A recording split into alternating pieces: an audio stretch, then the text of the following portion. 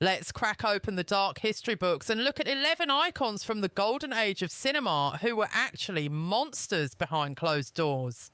These men were the absolute kings of the box office, dashing figures who charmed the entire planet. When the projectors were running, they were the ultimate dreamboats, romancing the most stunning actresses on earth with whispered promises and gentle caresses that made audiences swoon.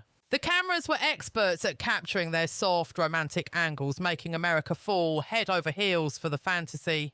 However, once the director yelled cut and the studio lights dimmed, a nightmare scenario began to play out in their private lives. It is truly disturbing to realise that the exact same men who portrayed noble heroes and passionate lovers on the silver screen were actually terrorising the women unlucky enough to be wearing their wedding rings. You see, the glitz and glamour of Hollywood's classic era was hiding a filthy, violent secret that went all the way to the top. The very stars who were teaching the world how to be romantic were simultaneously giving their spouses a masterclass in sheer terror. Their lavish Beverly Hills mansions weren't sanctuaries, they were prisons. These estates became private war zones where immense fame and unchecked influence provided the perfect camouflage for abuse, a reality that the massive studio machine worked overtime to bury. It wasn't just about sweeping a few illicit affairs or drunken nights under the rug, according to Margaret Wilson, a former secretary who worked deep inside the publicity departments back then. She explains that the executives were actively running a conspiracy to cover up brutal domestic violence to protect their investments. The corruption was deep.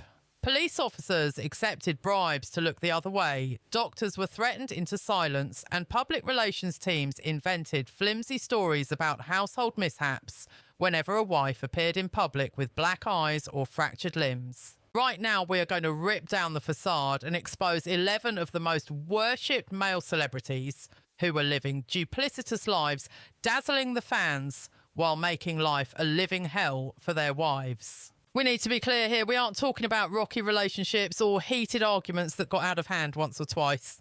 These are documented histories of systematic, calculated cruelty shielded by a billion-dollar industry that prioritised ticket sales over the physical safety and well-being of women.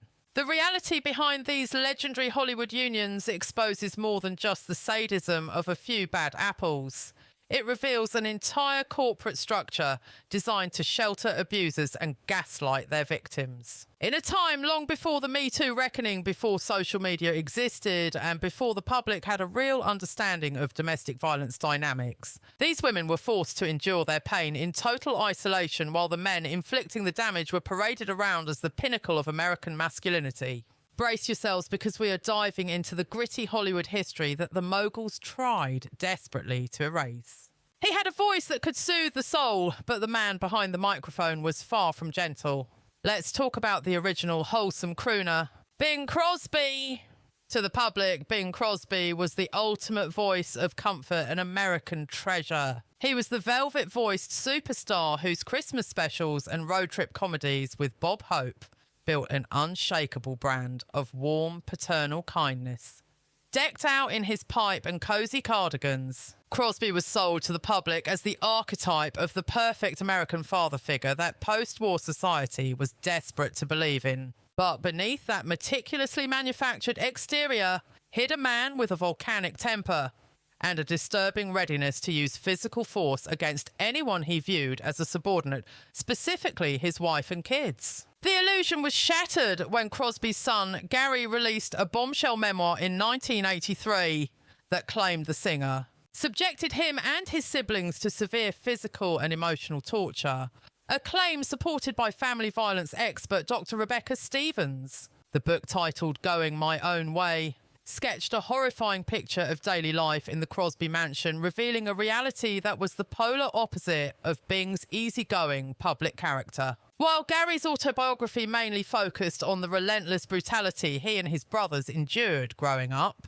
it also provided chilling glimpses into the dynamic between Crosby and his first wife, the actress Dixie League. Gary described his mother not as a partner, but as a hostage living in a constant state of anxiety and dread.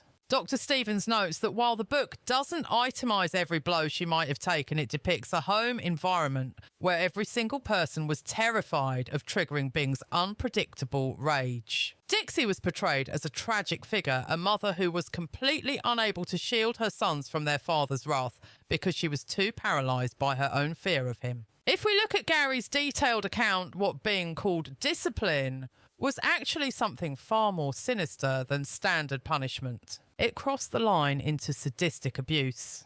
He didn't just give the kids a spanking when they misbehaved. He assaulted them with specific tools chosen to inflict the maximum amount of agony while leaving the fewest visible scars for the public to see. Gary recalled that they were beaten with leather belt, heavy paddles and closed fists, all while their mother stood by helpless to intervene. In one particularly grueling passage, Gary wrote about a weekly ritual where the boys were weighed on a scale. If the needle showed any weight gain, they were savagely whipped with a special leather strap Crosby affectionately named the switch. Gary even alleged that his father modified the weapon, embedding lead or steel pellets into the leather handle to ensure the strikes hurt even more.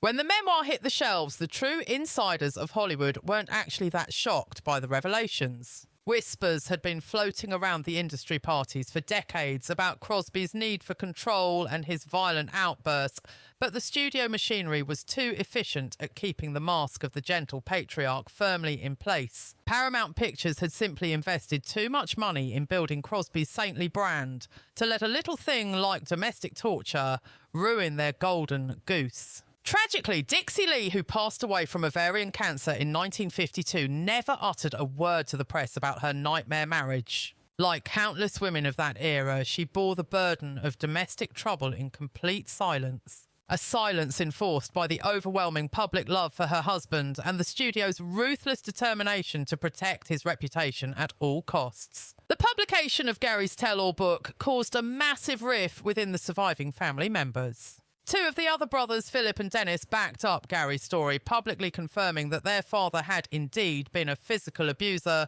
throughout their entire upbringing. The fourth brother, Lindsay, refused to directly corroborate the abuse stories, but he spent his life battling severe depression and alcoholism, a struggle that ended when he took his own life in 1989.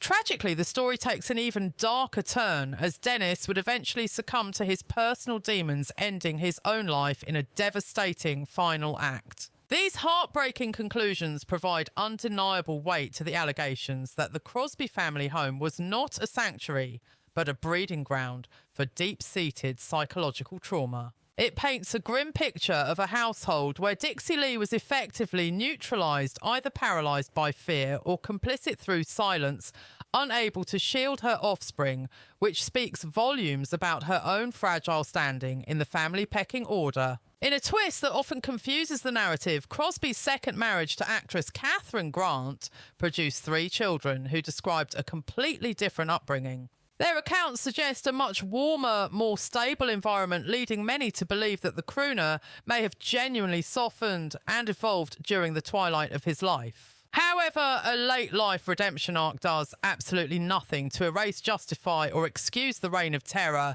he unleashed upon his first set of children. The public saw the ultimate American patriarch, the man crooning about a white Christmas.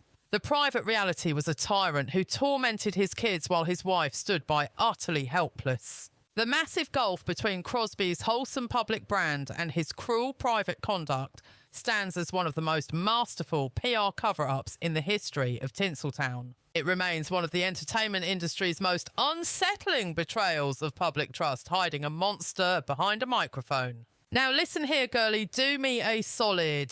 Try not to be difficult, all right? Keep in mind it is going to be tough enough even if you are cooperative. Then there is the case of the tortured genius Spencer Tracy, a man who projected an aura of unshakable strength and absolute moral authority whenever the cameras were rolling. He built a legendary career playing pillars of society, priests, judges, and principled everymen, securing 9 Academy Award nominations and taking home the gold twice. Critics and fans alike worshipped his grounded acting style, praising the effortless integrity and raw honesty he seemed to breathe into every single role. But once the director yelled cut and the drinking started, a completely different and far more dangerous version of Spencer Tracy would claw its way to the surface. This was a man whose alcohol-fueled rages struck absolute terror into the hearts of the women closest to him. As film historian Michael Barnes notes, Tracy was a severe alcoholic with a hair-trigger temper. While his battles with the bottle were an open secret among the Hollywood elite, the truly volatile nature of his behaviour was kept strictly behind velvet ropes. The full extent of the chaos was aggressively buried by MGM's legendary publicity machine, which worked around the clock to protect the brand of one of America's most revered stars. On paper, Tracy remained married to his wife Louise for a staggering 43 years, despite the fact that they had essentially separated very early in his skyrocketing career. He never officially filed for divorce, largely citing his devout Catholic faith, but that religious adherence did not stop him from looking elsewhere for companionship. For 26 years, he carried on a relationship with screen legend Katharine Hepburn, creating one of Hollywood's most iconic, yet technically illicit love stories. But it wasn't all romance and witty banter. Hepburn herself described Tracy as physically intimidating and deeply frightening when he was under the influence. She revealed that he could become emotionally abusive, transforming from a loving partner into a source of constant anxiety when the liquor took hold. Barnes elaborates that while she publicly sold the fairy tale of their great romance privately, she confessed to friends that she spent years walking on eggshells, terrified of sparking his unpredictable wrath during his binges. Hepburn's private journals and conversations unveil a relationship that was far more tortured than the tabloids knew, marred by the ugly realities of Tracy's alcoholism and sharp tongue. When he was in the throes of a drinking episode, Tracy would undergo a terrifying metamorphosis, shifting into a completely unrecognised persona. The thoughtful, intelligent artist would vanish, entirely replaced by a darker figure capable of vicious verbal assaults and physically menacing posturing. Although Hepburn never went on record to say that Tracy actually struck her, the threat of violence hung heavy in the air. She vividly described scenarios where the tension was so thick she genuinely feared that physical violence was just moments away from erupting. Louise Tracy, who remained his legal wife until he passed away in 1967, arguably bore the brunt of his worst behaviour during the formative years of their union. Those in their inner circle confirmed that his drinking and violent outbursts were the primary drivers of their separation, even though Louise maintained a dignified silence and never aired their dirty laundry. As one observer put it, he drank to escape himself, and when he came back to reality, he returned with a violent vengeance. This destructive cycle became the defining feature of his intimate life. When he was sober, he was undeniably charming, intellectually sharp and deeply tender. But alcohol was the key that unlocked a monster, unleashing towering rages that could level a room in seconds. He utilised cruel insults and intimidation tactics that forced both Louise and later Hepburn into the role of crisis managers rather than equal partners in a relationship. The studio system, with its immense power, worked diligently to scrub any evidence of Tracy's alcoholism and abusive tendencies from the public record. MGM had millions of dollars riding on his reputation as the prestigious face of Hollywood,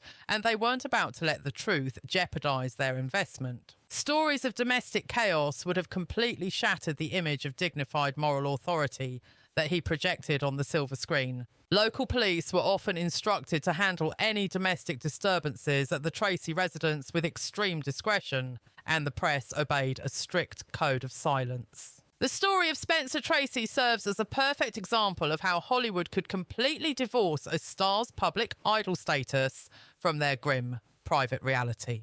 They successfully manufactured a beloved icon out of a man whose real-life behaviour inflicted significant emotional scars on the people who tried to love him. His legacy as an actor is undeniably extraordinary, but the human toll of his untreated addiction cannot be ignored. The abuse and fear he generated represent the dark, looming shadow that stands directly behind his glittering professional trophies. The image. The dignified, principled everyman who represented the best of American values on cinema screens. The reality: a troubled alcoholic whose demons unleashed a terrifying force that traumatized the women who stood by his side. I had to keep tossing food to them constantly. I actually had a bucket of raw fish sitting right next to me during the scene, just chatting with this seal and feeding it snacks between takes. Let's pull back the curtain on the man known as the deadly charmer Rex Harrison, a figure who absolutely epitomised sophisticated British charm on the silver screen. It didn't matter if he was portraying the refined and obsessive Professor Henry Higgins in My Fair Lady or the whimsical gentle doctor chatting with animals in Dr. Dolittle. Harrison projected an aura of cultured elegance and high society wit that cemented his status as one of Hollywood's most distinguished and bankable British imports. However, this polished, gentlemanly exterior served as a mask concealing a man whose cold cruelty and emotional brutality may have driven one partner to the brink and left others completely psychologically shattered. The dark saga begins with Harrison's turbulent relationship with actress Carol Landis, who tragically took her own life following a heated blowout argument with the actor, according to entertainment historian Thomas Henderson. Although he managed to avoid being legally implicated or charged in her untimely death, the murky circumstances surrounding their toxic dynamic and her final desperate hours raised deeply disturbing questions about how Harrison truly treated the women in his life. It is important to note that technically Landis wasn't Harrison's wife. She was his mistress, trapped in a doomed romance. At the time of his illicit affair with Landis, he was actually married to actress Lily Palmer, yet this didn't stop him from allegedly treating Landis with the same dismissive cruelty and arrogance that defined his lawful marriages. The tragedy unfolded on July 4th, 1948, after what witnesses could only describe as a particularly vicious and ear-splitting argument with Harrison, who had reportedly just ended their relationship with cold finality, leading Landis to consume a fatal overdose of Seconal in a moment of utter despair. Here is where it gets truly chilling. Harrison discovered her unconscious body, but instead of immediately dialing emergency services to save her, his first instinct was to call his studio's publicity department to manage the scandal. He then actually fled the scene before the police could arrive, meticulously creating the appearance of distancing himself from the situation to protect his career above all else. This callous, self-preserving response to Landis's suicide attempt, because by the time authorities finally arrived, she was beyond saving, reflected the dark patterns later described by Harrison's actual spouses. Throughout his 6 tumultuous marriages, a consistent and unsettling picture emerged of a man who was capable of being viciously cruel and demeaning behind closed doors, while effortlessly maintaining his impeccable charming manners in the public eye. Multiple biographers and Hollywood insiders claim Harrison was deeply emotionally abusive, often completely dismissive of his partner's feelings and worth. Henderson continues to explain that multiple wives described his cutting remarks, his icy cold rejection, and his terrifying ability to inflict maximum emotional damage through carefully chosen intellectual insults. He reportedly specialised in making the women who loved him feel absolutely worthless while dangling just enough intermittent approval to maintain a tight grip of psychological control over them. Kay Kendall Harrison's third wife experienced perhaps the most disturbing and manipulative chapter of his life. When she was tragically diagnosed with leukemia, the doctors informed Harrison that she had only a few short years left to live. But they recommended keeping the diagnosis from her to avoid causing severe distress that might shorten her remaining time even further. Harrison went ahead and married Kendall, but he maintained the deception about her terminal condition right up until her death in 1959. Later, he would claim he did this out of pure compassion and love. However, friends and insiders reported that he actually used his secret knowledge of her terminal status as a twisted form of control in their relationship, sometimes making cryptic references that confused Kendall while serving to remind Harrison of his ultimate power over the information crucial to her very existence. This psychological manipulation represented a particularly insidious and dark form of emotional abuse, effectively using her literal life expectancy as a secret weapon that only he controlled. He was the ultimate duality, charming and witty in public, but absolutely brutal and cold in private. This stark contrast defined almost all of Harrison's romantic relationships. His carefully crafted public persona as the quintessential tea-drinking English gentleman never slipped when the cameras were rolling. Yet, while behind closed doors, he subjected his wives to cold disdain, verbal lacerations, and a style of psychological warfare that left lasting, invisible scars. The Hollywood studio system had no difficulty maintaining Harrison's sophisticated image because he was disciplined enough to never allow his mask to slip in a public setting. Unlike other stars of the era, whose rampant alcoholism or physical violence might create messy public incidents requiring studio intervention, Harrison's brand of abuse was primarily psychological, intellectual, and always private, making it both less visible to the press and in some ways more devastating for its isolated targets. The image sold to the world was that of the refined English gentleman who spoke with perfect diction and class. The reality was a cold, cruel man whose cutting remarks could leave deeper scars on the soul than physical blows ever could. Now let's switch gears to another icon, national anthem You Need Not Rise, but for this volatile voice maybe you should pay attention. We are talking about Frank Sinatra. Sinatra's voice made women swoon across America and beyond. His smooth, intimate singing style created the undeniable impression of a tender, vulnerable romantic speaking directly to the heart of each female listener. This musical persona, combined with his ultra-cool Rat Pack image and swagger, established Sinatra as the ultimate ladies' man of the 20th century. He appeared sophisticated, passionate, and completely irresistible. However, the women who actually shared his life behind the curtain experienced a very different, much darker Sinatra. They faced a man whose volcanic temper and tendency toward physical aggression could turn a night of romance into a scene of terror with alarming frequency. Sinatra had well-documented violent outbursts and was involved in multiple domestic incidents with his wives, specifically Nancy Barbato and the fiery Ava Gardner, explained celebrity biographer Rebecca Santos. While his public image focused entirely on his musical genius and his suave, tuxedo-wearing personality in private settings, Sinatra was notorious for an explosive anger that could quickly escalate from loud shouting to terrifying physical confrontation. His first wife, Nancy Barbato, endured the early manifestations of this troubling pattern long before the rest of the world caught a glimpse. Married in 1939, back when Sinatra was still just a skinny kid building his career, Nancy experienced his growing volatility firsthand as his fame and his ego increased exponentially.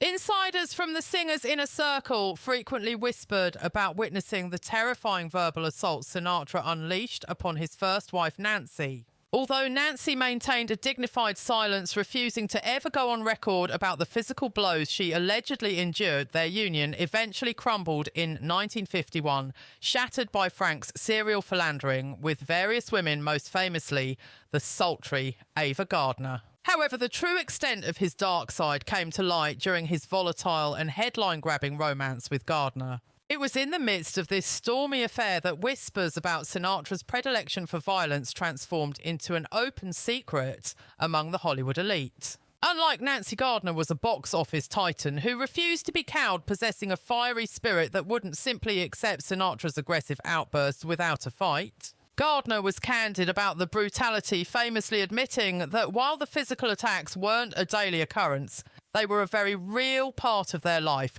stating plainly that he did indeed strike her. In today's climate, such a damning confession from an A-list celebrity like Gardner would have instantly torpedoed Sinatra's career and left him blacklisted. But back then, the powerful studio machinery worked overtime to bury scandals, aided by a societal mindset that viewed domestic disputes as private matters rather than crimes, effectively shielding Frank from consequences. To be fair, the toxicity flowed both ways. Gardner was legendary for her own hot-blooded nature, and insiders suggest that their brawls were often two-sided physical altercations. Nevertheless, equating their actions ignores the fundamental biological and social power disparity that exists when a man gets physical with a woman. This imbalance was terrifyingly amplified by Sinatra's well-documented ties to the mob, which added a sinister, unspoken threat of lethal force to every argument he had.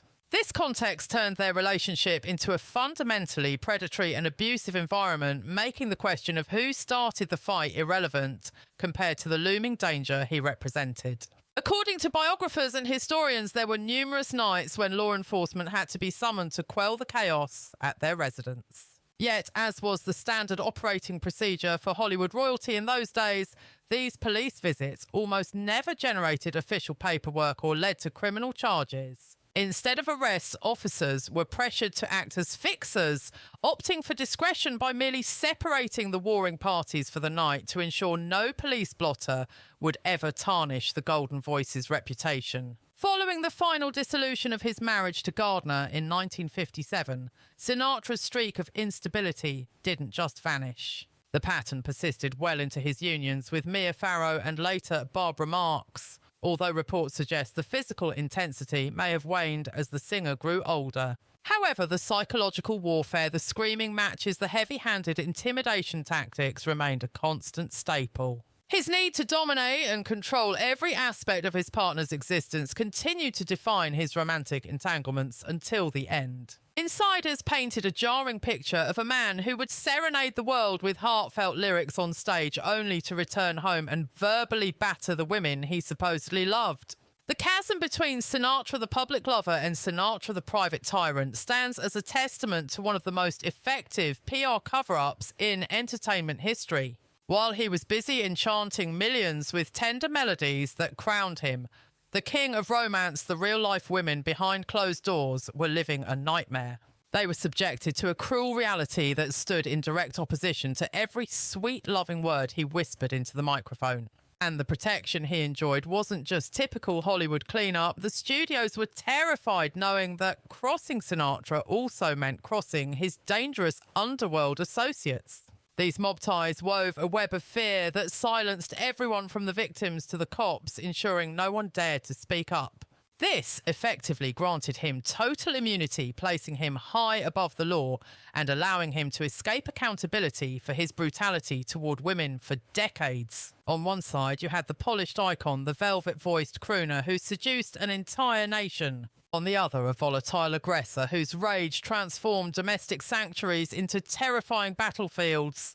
Good evening to you, a very good evening indeed. Forgive the intrusion, but I caught a glimpse of you on the terrace and thought, surely I've seen that striking face somewhere before. Speaking of striking faces hiding dark secrets, we turn to the ultimate swashbuckling abuser, Errol Flynn, the man who single-handedly defined on-screen heroism for an entire era. With his electric performances in classics like Captain Blood and The Adventures of Robin Hood, he cemented his legacy as the silver screen's greatest adventurer. He was the total package, rugged, athletic, and dripping with charm, spending his screen time vanquishing evildoers and saving helpless maidens. But once the cameras stopped rolling, Flynn's behaviour was a grotesque inversion of his noble character.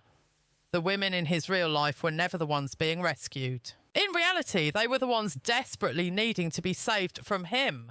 As historian Margaret Collins notes, Flynn's 3 marriages were marred by a gruesome history of violence and infamous statutory rape allegations. Beneath that dashing, charismatic veneer hid a predator with a deeply disturbed and misogynistic view of the opposite sex. He blended sexual predation with brute force and suffocating control, establishing a horrifying blueprint of abuse that repeated in almost every relationship he touched. It was his first union with actress Lily Demeter that really set the dark precedent. This relationship became the tragic model for how he would treat every spouse that followed. Fellow actors and crew members were often horrified witnesses to Flynn's menacing conduct toward Demeter, reporting public spats that quickly spiralled into physical threats. Their toxic saga dragged on from 1935 until 1942, finally collapsing under the weight of Flynn's compulsive cheating and his increasingly dangerous booze-soaked instability. When he married Nora Eddington, nothing changed. The cycle of dominance and explosive rage continued, only now it was exacerbated by Flynn's spiralling addiction to hard substances. Eddington would later recount the terror of walking on eggshells, constantly fearful of Flynn's hair-trigger temper. She noted that anything could set him off, from a minor household misunderstanding to his own delusional paranoid jealousy. Time and again, his wives painted the same portrait, a man who was volatile, obsessively controlling, and terrifyingly aggressive with his fists. Collins delves deeper, peeling back the layers of Hollywood history to reveal a stark truth. While Flynn worked tirelessly to polish his reputation as the ultimate gentleman hero for the press behind closed doors, the reality was dark. His treatment of the women in his orbit bore absolutely no resemblance to the gallant, chivalrous figures he brought to life on the silver screen. History is littered with disturbing testimonies painting a picture of a man who weaponized his sheer size and strength. He didn't just dominate the screen. He used that same imposing physicality to loom over and terrify the intimate partners who dared to share his life. Standing at a towering 6'2", Flynn was a physical powerhouse. Even as his health began to crumble under the weight of his vices, he retained an athletic build that made him a formidable and frightening figure to anyone smaller than him. By the time he walked down the aisle for the third time with actress Patrice Wymore in 1950, the cracks were beginning to show.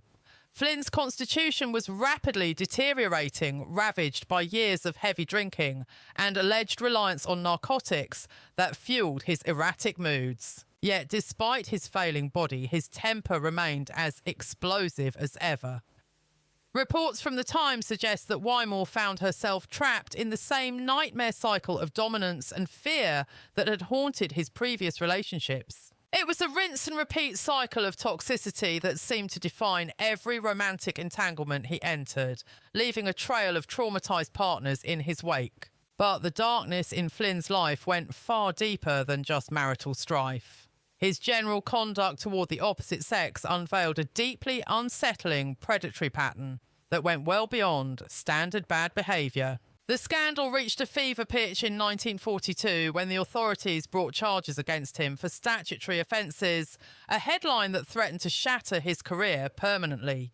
Although he managed to charm his way to an acquittal in the courtroom, the sordid details that emerged during the trial exposed a man with a voracious predatory appetite. It highlighted a casual, almost arrogant disregard for consent and the age boundaries meant to protect young women. These were the dark, unsavoury facets of his personality that the powerful studio machine had spent a fortune trying to bury, keeping the ugly truth locked away from his adoring fan base. The screen's favourite swashbuckler was always looking for a fight, but tragically his most frequent opponents weren't villains with swords, but the wives who stood in his kitchen. This grim observation perfectly encapsulates the massive disconnect between Flynn the icon and Flynn the man. It is the defining paradox of his existence. The very man who symbolised the pinnacle of brave, protective masculinity for millions was, in reality, the embodiment of toxicity. He twisted his physical gifts, using them not to shield the weak, but to enforce submission through fear. Warner Brothers, realising they had a ticking time bomb on their hands, poured massive resources into damage control. They were desperate to keep the heroic facade intact, even as the evidence of his monstrous behaviour piled up behind the scenes. As one of the undisputed kings of the box office throughout the 1930s and early 1940s, Flynn was considered too big to fail. Consequently, he was afforded a level of protection that shielded him from consequences that would have ruined a lesser man. The studio's army of publicists and ruthless legal teams worked around the clock. Their job was simple: kill the negative stories, pay off the victims, and settle any potential complaints in the shadows before they could ever see the light of day. Flynn's life stands as perhaps the most glaring example of the grand illusion of the Golden Age. It highlights the vast chasm between the manufactured saints Hollywood sold to the public. It strips away the glamour to reveal the often hideous reality of the actual human beings hiding behind those idealised celluloid images. While theatregoers screamed for his daring stunts and applauded his moral courage on Saturday nights, the women who actually shared his bed lived a horror story that violated every single virtue his movies claimed to uphold. The fantasy was perfect cinema's greatest hero, always ready to swing in on a rope and rescue the damsel in distress from certain doom. The truth was a gut punch. He was the predator, and the damsels, his wives and girlfriends, were the ones desperately praying for someone to save them from him. Darling, your generosity is charming. You are charming, but in diplomacy, an impersonal attitude is the best thing. It sounds smooth, doesn't it? That was the trademark style of the verbal assassin, George Sanders. He built an entire legendary career on playing the sophisticated bad guy, the man with a heart of ice and a tongue like a whip. With his polished upper-crust British accent and a genius for delivering insults with surgical precision, he became the archetype of the perfect cad, elegant, untouchable and cruel. You could see this brilliance in classics, ranging from All About Eve to the haunting Rebecca, where his cold demeanour stole every scene he was in. Moviegoers absolutely adored hating him. They revelled in the artful, intelligent cruelty he brought to his characters, mistaking his natural disposition for mere acting range. However, for the women who married him, most notably the glamorous Zaza Gabor, there was absolutely nothing funny or entertaining about the darkness that lived inside Sanders. The same razor-sharp wit that won him awards and applause on screen was transformed into a weapon of mass psychological destruction within the four walls of his home. As entertainment historian Robert Thompson points out, Sanders was infamous for his brand of verbal sadism and emotional battering ram tactics. While his style of domestic terror rarely resorted to physical blows, his partners describe something arguably more insidious systematic campaigns of belittlement, public shaming and mental torture that left invisible scars that never truly faded. Zaza Gabor, who endured a marriage with Sanders from 1949 through 1954, bore the brunt of his caustic personality. She later provided the public with the most harrowing and detailed accounts of what it was really like to live in the shadow of his ego. In her tell-all autobiography and candid interviews, Gabor painted a portrait of a man who used his towering intellect and verbal dexterity not to amuse but to systematically dismantle her self-worth brick by brick using carefully crafted insults. She claimed his mission seemed to be her total humiliation, belittling her existence at every available turn. Thompson elaborates on this dynamic, noting that according to Gabor, Sanders would pick apart every aspect of her being, criticising everything from the way she looked in a dress to her perceived lack of intelligence. And he preferred to do it in front of an audience, shaming her before friends or Hollywood power players to ensure the humiliation stung as much as possible. It appeared he derived a sick sense of satisfaction from pinpointing exactly where she was most insecure and twisting the knife. He would frame his cruelty as witty banter for the observers, all while inflicting maximum psychological damage on his wife. This pattern of verbal evisceration didn't stop with Zaza. It continued into Sanders' later union with Benita Hume from 1959 until 1967, ending only with her passing. Then, in a bizarre twist, he married Zaza's own sister, Magda Gabor, in 1970. That union imploded after just 32 days, with Magda filing for divorce and citing extreme mental cruelty as the cause. "He never raised a hand against me," was a common refrain. But he didn't have to. His words cut deeper than any knife.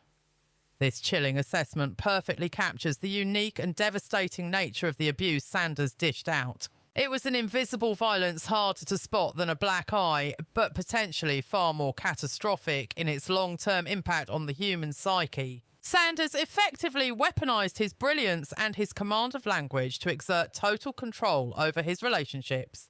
He engineered an atmosphere of relentless criticism that kept his partners perpetually walking on eggshells, off balance, and questioning their own worth. Tragically, the entertainment industry of that era was woefully ill-equipped to handle this. There was simply no framework for recognising, let alone addressing, this kind of sophisticated emotional abuse. If there were no bruises, nobody asked questions. While police reports and flashing lights often accompany physical altercations, the systematic psychological torture Sanders inflicted on his partners left no visible bruises, keeping it hidden from the public eye.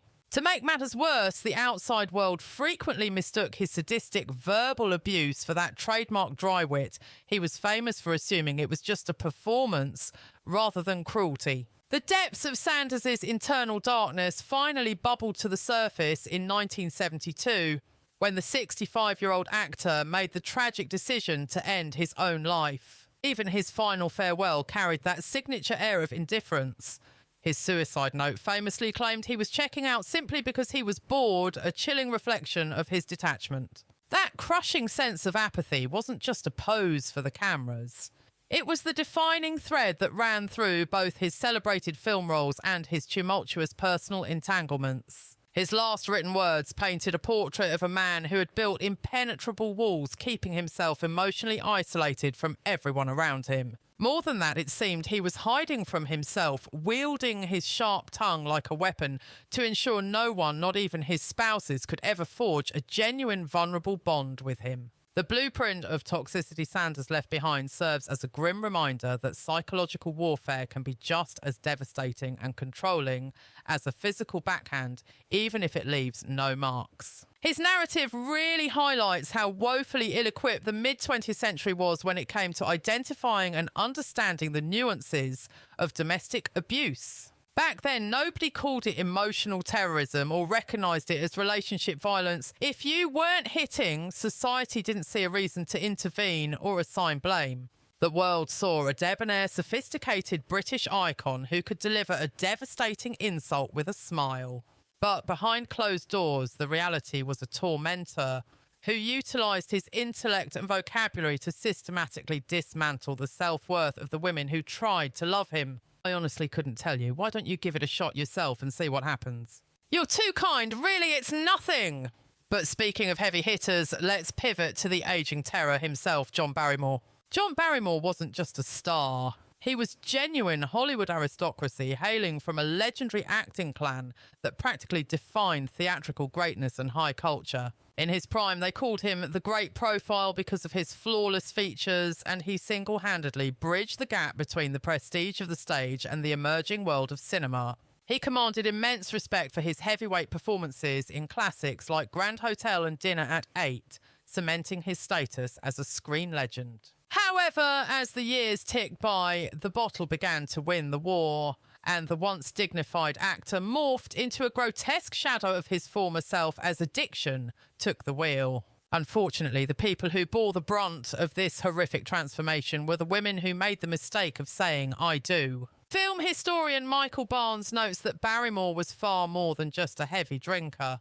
He was a violent alcoholic who physically battered multiple partners. While his early days established him as a titan of American acting, his twilight years were defined by chaos, unpredictability, and a complete loss of control. As his dependency on liquor shifted from a bad habit to a debilitating disease, his partners were subjected to explosive, terrifying outbursts that shattered any semblance of domestic peace. Although Barrymore walked down the aisle 4 times, it was his 4th wife, actress Elaine Barry, who finally pulled back the curtain and revealed the most harrowing details. She provided a play-by-play of the abuse she endured during the absolute nadir of his life and career, painting a disturbing picture of life with a legend. Barry was hitched to the star from 1936 to 1940, meaning she was trapped in the eye of the storm, right as he was hitting rock bottom. By that point, the booze had ravaged his mind and body to such an extent that he was barely recognisable as the man he once was. Elaine Barry catalogued nightmarish episodes filled with blind rage, the sound of smashing furniture,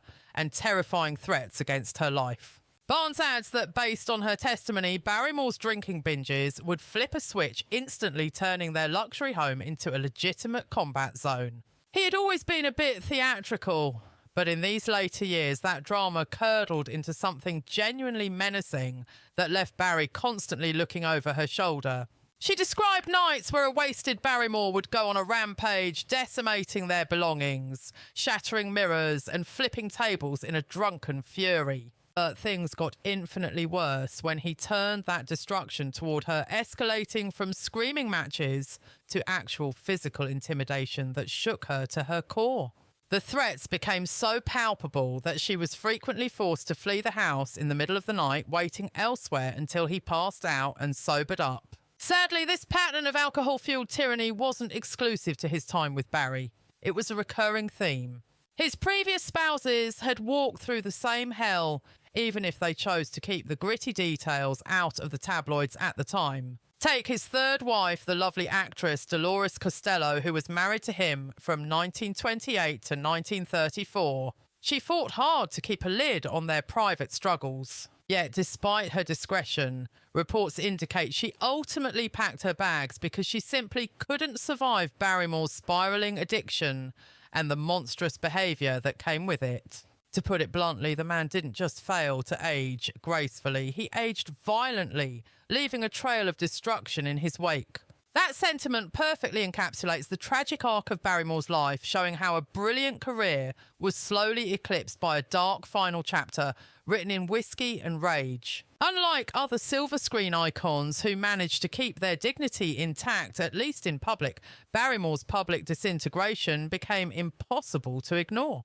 The Hollywood studio machine worked overtime to cover up his tracks, but as his antics became more erratic and his drunkenness more obvious, the facade crumbled. By the time he finally succumbed to his vices in 1942 at the relatively young age of 59, Barrymore had transformed from a hero into a tragic cautionary tale. He stands as the ultimate example of a generational talent whose personal demons annihilated not just his professional legacy, but every personal relationship he ever had. You could see the physical receipts of decades of heavy drinking etched into his face. But the true cost was paid by the people closest to him, specifically his wives, who bore the scars of his psychological and behavioural collapse. Unfortunately, Barrymore's heartbreaking story isn't unique. It illustrates a disturbing pattern of unchecked abuse that plagued many legends of the Golden Age. You have to understand how the story often went back then. Untreated alcoholism turned brilliant, successful men into absolute monsters, transforming them into abusive partners whose violence spiraled out of control as their health and careers hit the skids.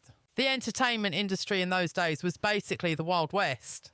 There were zero safety nets for addiction and absolutely no systems in place to protect spouses from the fallout. This created a nightmare scenario where women just like Barry were left with almost no options.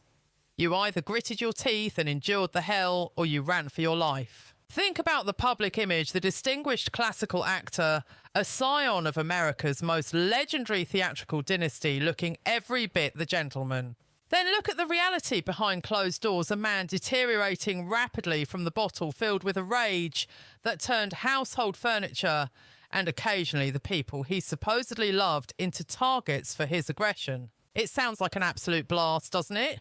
Yeah, right, hold on a second though. There is something in this story that really needs a proper explanation. What exactly are we talking about here? What is all this nonsense rumours about you hitting the dance floor with Van Johnson? Then you have the Cuban powerhouse Daisy Arnaz, who starred as Ricky Ricardo, playing the devoted, if occasionally frustrated husband to Lucille Ball's chaotic character on the massive hit I Love Lucy.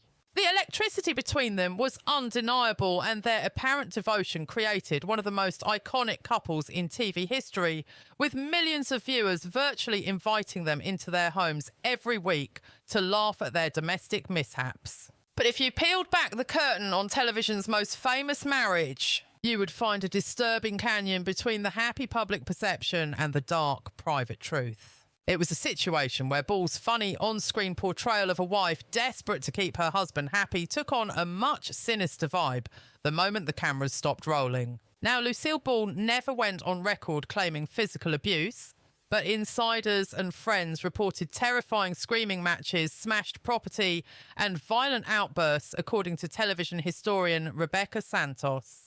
The stark contrast between America's favourite TV couple and their actual toxic relationship stands as one of the greatest illusions Hollywood ever pulled off. It was a completely fictional marriage that audiences swallowed as the gospel truth, while the ugly reality was kept strictly behind the studio gates. The actual relationship between Ball and Arnaz was a mess, complicated by a dozen different factors that combined to create an incredibly volatile and dangerous dynamic. Arnaz was a serial cheater, and his infidelity caused constant tension, with Ball repeatedly having to face the humiliating evidence of his affairs with other women. His heavy drinking threw gasoline on the fire, lowering his inhibitions and sparking explosive arguments that frequently escalated way beyond simple shouting matches. Close friends described horrifying nights where an intoxicated Arnaz would fly into an uncontrollable rage, smashing dinner plates against the wall, breaking furniture, and launching into tirades that could drag on for hours on end. Santos goes on to explain that while Ball never publicly stated that Arnaz hit her, people in their inner circle reported that she was genuinely afraid for her physical safety during his worst benders, especially when the alcohol ramped up his jealous accusations or his anger over some perceived insult. To make matters worse, their business relationship added a whole other layer of complexity to an already troubled marriage. As the co-owners of Desilu Productions, they were forced to maintain a professional partnership even while their personal life was falling apart, which created a trap where Ball couldn't just walk away from the marriage without potentially destroying her own career and the massive television empire they had built from scratch. When you combine the chronic cheating with the heavy drinking, Lucille was reportedly terrified for her own well-being during certain dark periods, as Santos explained. The power dynamics were all twisted by their business partnership, leaving Ball feeling trapped in a marriage that had become emotionally abusive, but was tied up in such massive professional and financial knots that untangling them seemed impossible. The public story they spun about their relationship focused on cultural differences and personality clashes. They blamed it on Arnaz's fiery Latin temper versus Ball's strict professionalism rather than admitting to the deeply troubling aspects of his behaviour. This spin minimised the legitimate concerns about his conduct while offering a convenient, palatable explanation. There is a saying that he broke hearts and sometimes he broke the furniture too, an observation that perfectly captures the dual nature of Arnaz's mistreatment. It was the emotional abuse of constant betrayal combined with physically intimidating aggression that might have stopped short of a direct punch, but still created a suffocating atmosphere of fear and insecurity in the home. You have to remember that CBS and Desilu Productions had millions of dollars in reasons to keep the illusion of the Arnaz-Ball marriage alive, regardless of how bad things got. With I Love Lucy being one of the most valuable properties in television history, the believability of that central romance felt absolutely critical to keeping the money train rolling. This massive commercial pressure created an institutional need to bury any problems that might ruin the audience's connection to the show's happy premise. When Ball finally pulled the plug and divorced Arnaz in 1960 after 20 long years of marriage, the story given to the public emphasised the stress of their careers and growing apart rather than the darker, uglier truths of their union. Both partners stuck to this cleaner, softer version of events for years afterward, protecting their ongoing business interests and the legacy of the beloved series that had made them household names. On the surface, he was the picture-perfect image of America's favourite husband, the Latin lover with the charming accent who acted as the grounded foil to Lucy's chaotic schemes. But behind closed doors, a completely different beast. We're talking about a booze-soaked nightmare fueled by toxic jealousy and wandering eyes that turned their California dream house into a literal war zone, light years away from that cozy New York apartment set audiences worshipped. And that dark duality wasn't unique to him. It was practically in the water in California. Take the heavyweight champion of film noir, Robert Mitchum. On the silver screen, Mitchum was the definition of too cool to care. With those sleepy, half-lidded bedroom eyes and a voice like gravel, he projected a bulletproof confidence that made every other leading man look like they were trying way too hard. Whether he was terrorising families in Cape Fear or preaching twisted gospel in Night of the Hunter, he displayed a terrifying acting range, all while keeping that signature tough guy swagger intact. However, once the director yelled cut, Mitchum's carefully crafted attitude of indifference dropped. It was merely a mask, hiding a ticking time bomb of a temper that could explode into violence at a moment's notice, especially when he was hitting the bottle. And make no mistake, the alcohol was taking the wheel more and more often, becoming the central character in his life story as his fame skyrocketed. According to celebrity biographer James Morrison, the actor's rap sheet was extensive, featuring multiple arrests for bar brawls and drunk and disorderly conduct that would have ended a lesser star's career. While the tabloids ate up his outlaw antics, treating them as free publicity for his bad boy brand, these weren't just stunts. They were red flags waving frantically over his personal life. These destructive patterns followed him right through the front door of his home and into his marriage with Dorothy Mitchum, a union that began in 1940 and lasted until he passed away in 1997. Through 57 years of what must have been an emotional rollercoaster, Dorothy was a vault, maintaining an incredible level of silence in the public eye. She almost never whispered a word about the hell she likely endured as the wife of Hollywood's most volatile, tough guy. Her silence was a mix of that old school generation's keep your dirty laundry private mentality and the cold hard cash of the studio system, which needed her husband's macho image to remain pristine to sell tickets. Industry insiders have long whispered about the violent blowouts between him and Dorothy.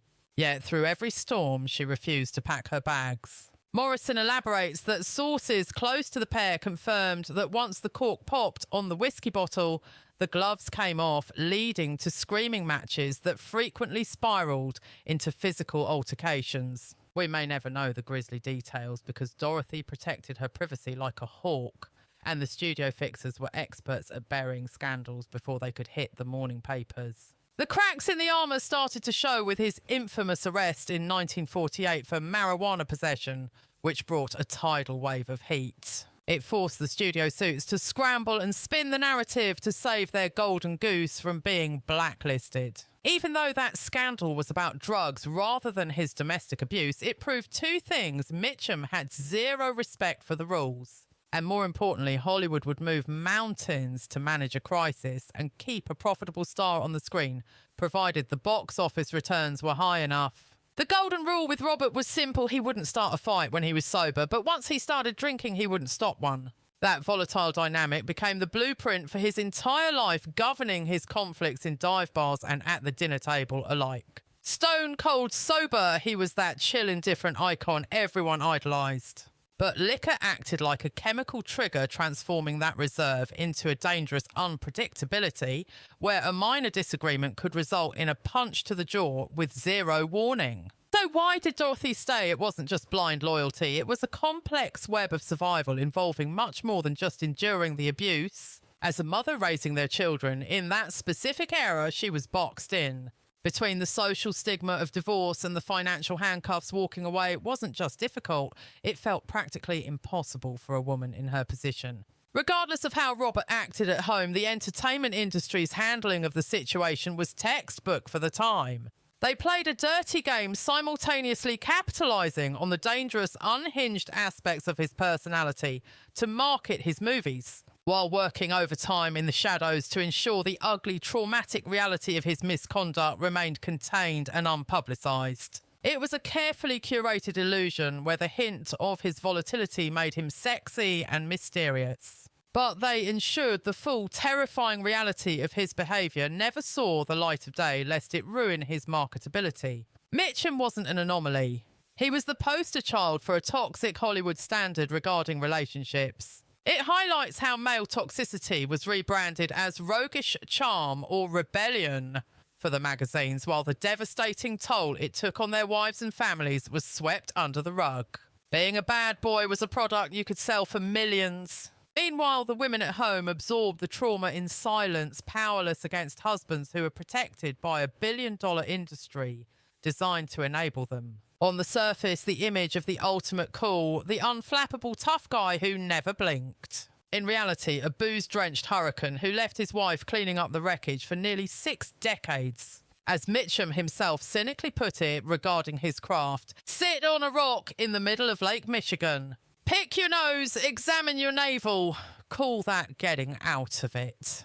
He thought he had the world fooled. Now let's shift gears to another master of menace, the coldly sophisticated James Mason, who brought a refined terror to the screen. James Mason possessed a voice like velvet wrapped around a dagger and eyes that seemed to see right through your soul traits that allowed him to craft some of the most chillingly sophisticated villains in motion picture history. Even when he was playing the good guy, there was always this simmering, dangerous current running just underneath that polished British exterior, a magnetic tension that cemented his status as Hollywood's premier English import for decades well into the 1950s and 60s. But behind the closed doors of his Beverly Hills estate, that famous restraint wasn't just an acting choice. It was a mask for a much darker, far more personal brand of intensity that the cameras never caught. His treatment of his wife, the outspoken Pamela Mason, wasn't defined by the typical chaotic outbursts you see in tabloid scandals. Instead, it was a cold, calculated cruelty that chilled the room without a single shout. He treated their marriage like a long-term siege, waging a sustained campaign of psychological warfare, executed with the same terrifying precision and attention to detail that he applied to his most complex film roles. According to cinema historian Thomas Henderson, Pamela's explosive memoirs pull back the curtain on a life dominated by controlling, demeaning behaviour that was designed to make her feel small.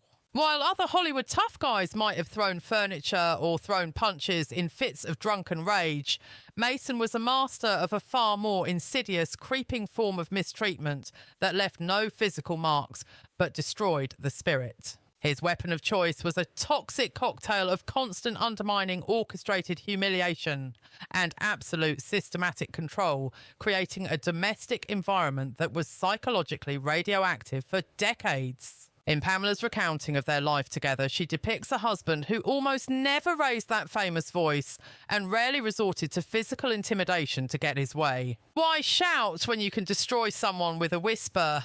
Mason deployed subtle cutting tactics of total dismissal and intellectual domination that were far more effective at silencing hurt. Because these attacks were invisible, they were in many ways much harder to pinpoint as abuse, yet the cumulative damage over years shattered her sense of self just as effectively as a physical blow. People in their social circle didn't call it a marriage. They whispered that it looked more like open warfare with a very uneven balance of power. Henderson notes that insiders observed a dynamic that had nothing to do with romantic partnership and everything to do with constant suffocating tension and endless power struggles where James held all the cards. James acted as the warden of their shared life, maintaining an iron-fisted grip over every household decision, every penny spent, and even who they were allowed to associate with socially. He had a knack for making Pamela feel invisible, consistently shrinking her contributions and opinions down to nothing through a brutal combination of icy withdrawal and dismissive, patronising remarks. This toxic dance lasted from 1941 all the way to 1964, producing 2 children and eventually culminating in a settlement that went down in history as one of the most expensive divorces Hollywood had ever seen at the time. For 23 long years, James managed to keep his public image perfectly intact, the epitome of dignity and class on the red carpet. Yet privately, he was allegedly engaging in a systematic dismantling of his wife's confidence, stripping away her autonomy piece by piece until she barely recognised herself. When Pamela finally found her voice and went public, her accounts revealed a man whose style of mistreatment operated with the cold efficiency of a surgeon rather than the hot rage of a monster. She described a life where James regulated her every move simply through the weight of his disapproval, a look or a sigh that could freeze her in her tracks. If he was displeased, the affection stopped and the money was cut off, and he would use his legendary command of language to deliver devastating critiques that sounded like reasonable advice but cut like a knife. He wasn't a brute in the traditional sense. He was a slow burn kind of cruel, the type that takes its time to ensure the hurt lasts. That distinction is exactly what makes the allegations against Mason so chilling and unique in the annals of Hollywood lore. It was a shadowy form of torment less obvious than a black eye or a screaming match, but potentially even more harmful because it was persistent, inescapable, and completely deniable. Think of it like water dripping on a stone. Mason's approach wasn't a hammer blow, but a constant subtle pressure that gradually eroded his wife's psychological defences until there was nothing left to protect her. You have to remember, the entertainment industry back then barely acknowledged physical abuse, so they had absolutely no framework for recognising this kind of emotional dismantling. It was infinitely harder to address or prove than the obvious physical mistreatment that was unfortunately common in the era, because there were no visible bruises to photograph and no drunken brawls at nightclubs.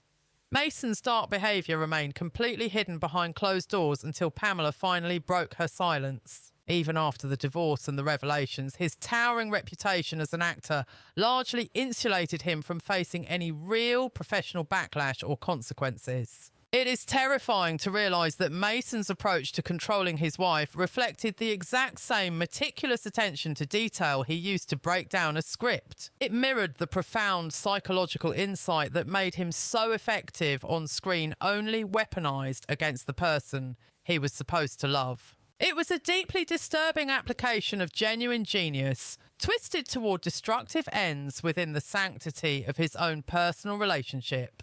The James Mason story serves as a stark reminder that domestic abuse can wear a tuxedo and speak with perfect diction.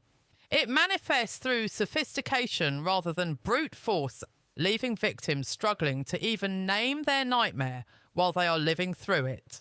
To the world, he was the ultimate sophisticated British gentleman, known for his perfect diction and that controlled, brooding intensity. But the reality was likely a methodical emotional torturer whose weapon of choice wasn't his fists, but a brilliant calculating mind that knew exactly where to strike. No, absolutely not. You are packing your bags and going to your mother's immediately. I simply won't have you sticking around here. That brings us to another figure who blurred the lines between character and reality, the beloved brute himself, Wallace Beery.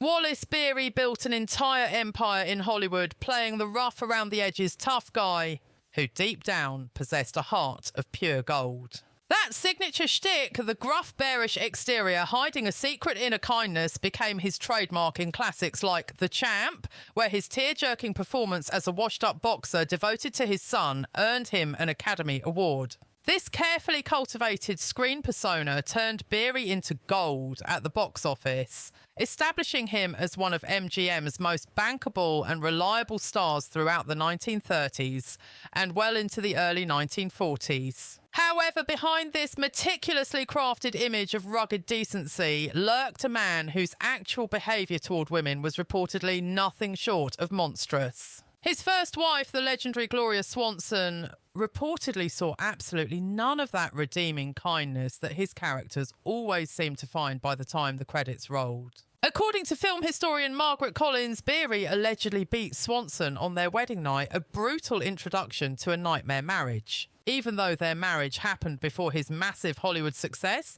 Swanson's later accounts of their brief, unhappy union were incredibly telling and disturbing. Her stories revealed a pattern of behaviour that violently contradicted everything about the lovable, cuddly characters that would eventually make Beery a beloved icon to millions of unsuspecting moviegoers. Gloria Swanson's first walk down the aisle with Wallace Beery was a disaster that barely lasted 2 years. Running from 1916 to 1918, their union was short, but it was packed with enough trauma to haunt her for the rest of her days. Decades later, in her 1980 tell-all memoir, Swanson on Swanson, the screen legend didn't just hint at unhappiness. She ripped the veil off a house of horrors. In a revelation that turned stomach, she detailed how Beery violently punched her in the midsection, a blow so severe it tragically ended her pregnancy. As biographer Collins points out, this wasn't just run-of-the-mill celebrity gossip. It was one of the darkest, most damning charges of domestic violence ever levelled in Tinseltown. It shook the foundations of early Hollywood history, pitting the word of a cinema queen against an industry titan and exposing the rot beneath the glamour. Swanson's account paints a picture of pure malice, suggesting the attack happened right after he learned of the baby, implying a calculated, monstrous attempt to terminate the pregnancy by force. If these allegations hold water, we aren't talking about a mere domestic dispute or a temper tantrum gone wrong.